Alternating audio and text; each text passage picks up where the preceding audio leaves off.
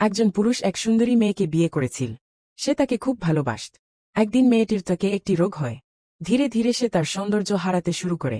একদিন তার স্বামী একটি সফরে বের হয়ে ফিরে আসার পথে তার একটি দুর্ঘটনা ঘটে এবং সে দৃষ্টিশক্তি হারিয়ে ফেলে। তবে তাদের দাম্পত্য জীবন আগের মতোই চলতে থাকে। কিন্তু সন্ধ্যের সাথে সাথে মেয়েটির সৌন্দর্য আরও কমতে থাকে। অন্ধ স্বামী তা বুঝতে পারেনি, আর তাদের ভালোবাসায় কোনো পরিবর্তন আসেনি।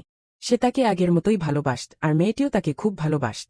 বন্ধুরা, যদি ভিডিওটি ভালো লাগে তাহলে এখন এই লাইক দিন, কমেন্ট করুন এবং চ্যানেলটি সাবস্ক্রাইব করে ফেলুন।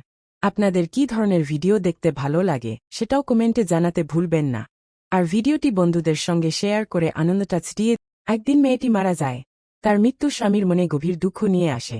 পেছন থেকে একজন লোক এসে বল, এখন তুমি কিভাবে একা চলবে? একদিন তো তোমার স্ত্রী তোমাকে সাহায্য করত। স্বামীটি উত্তর দিল, আমি অন্ধ নই, আমি শুধু অভিনয় করছিলাম। যদি সে জানত আমি দেখতে পাচ্ছি, তাহলে তার ত্বকের অবস্থা তাকে আরও বেশি কষ্ট দিত।